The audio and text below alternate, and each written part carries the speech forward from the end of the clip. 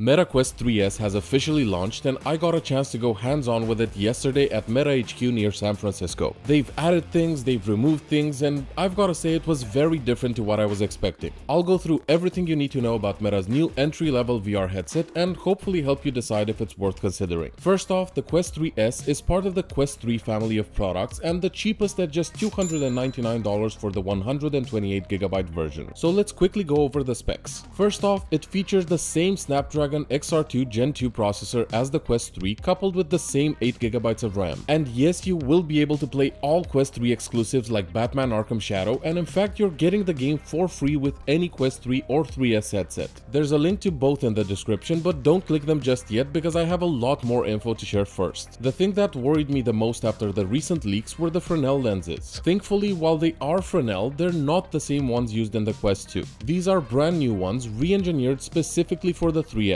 The sweet spot is considerably higher than the one on the Quest 2, and while it's not at the level of pancake lenses, the overall clarity is really good for Fresnel. The resolution of the screens is the exact same as Quest 2 at 1832 by 1920 per eye or 20 ppd. For contrast, the Quest 3 offers 2064 by 2208 per eye and a 25 ppd density. The screens also support 72, 90 and 120Hz refresh rates, which is the same ones available on the Quest 3, so you're not missing out on anything there. In terms of field of view, that's the same as on Quest 2, though weirdly enough it felt wider than what I remember it being on the Quest 2. When it comes to weight and comfort, it weighs just about the same as the Quest 3 at 514 grams. I did find it strangely more comfortable even with the stock soft strap, which I absolutely could not stand on my Quest 3. But I think it was due to the brand new facial interface, which I'll talk about a bit later because it's actually an extra accessory and not the stock one it will come with in the box. The cameras and sensors on the front support full mixed reality color pass-through, and at least in the environment where I tested it, it looked pretty much the same as the Quest 3. The one thing to note here is that they've taken out the hardware depth sensor and instead opted for a software-based depth detection. But they've also added something that the Quest 3 doesn't have, which is two flood LEDs used for illumination, which should mean better and more reliable tracking in lower light situations. Finally, when it comes to specs, the battery life sits somewhere in between Quest 2 and Quest 3 at 4324 mAh, with stated battery life actually exceeding that of the Quest 3, likely due to the lower resolution, which will technically drain less energy. I will be getting a review unit in the man cave soon, and I will test these claims. Now, as you've potentially seen by now, they did also remove the headphone jack for some reason, and while I was initially very disappointed, I did do a Dolby Atmos test, and the built-in speakers sound very good, so at least there's that. Unfortunately, I didn't get a chance to hear my own voice via the microphone, but I did play a multiplayer title with someone else and they sounded very nice and crisp with none of the popping from the Quest 3. I will need to do more testing here though, so make sure to subscribe for my full review soon. Now moving on to the experience of using it, I played through a few games and experiences during my demo. It uses the same Touch Plus controllers that also come with the Quest 3, and that's definitely a good thing. They've got fantastic tracking, great haptics, and absolutely insane battery life. As you'd expect in terms of performance, it's identical if not a tiny bit better than the Quest 3 due to the slightly lower resolution. Batman Arkham Shadow was super smooth, and even though it was the same demo I played at Gamescom recently, it got me hyped all over again.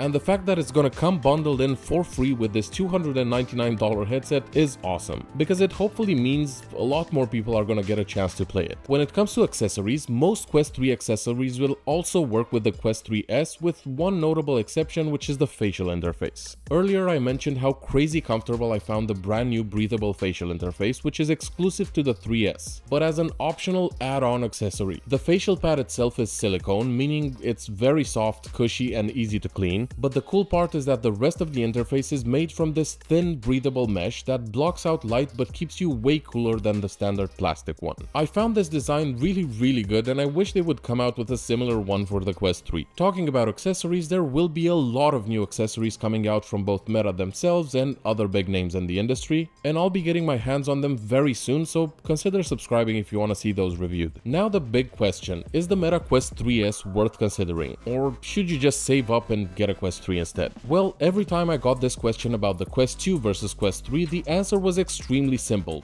save up for a Quest 3. But in the case of the 3S, you're getting the same specs, better low light performance, potentially better battery life, and almost full compatibility when it comes to accessories. You're also giving up the pancake lenses and a bit more resolution, but it's also half the price. Or is it?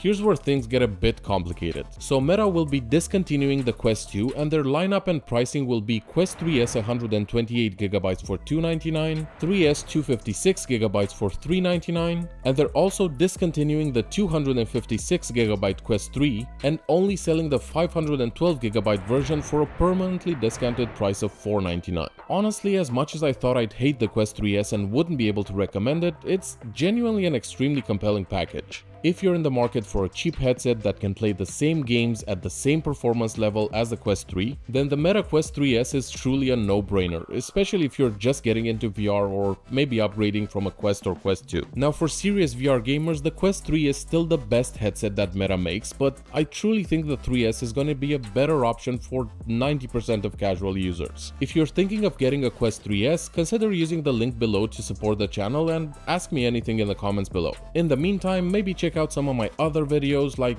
this one or this one. See you soon, guys. Cheers.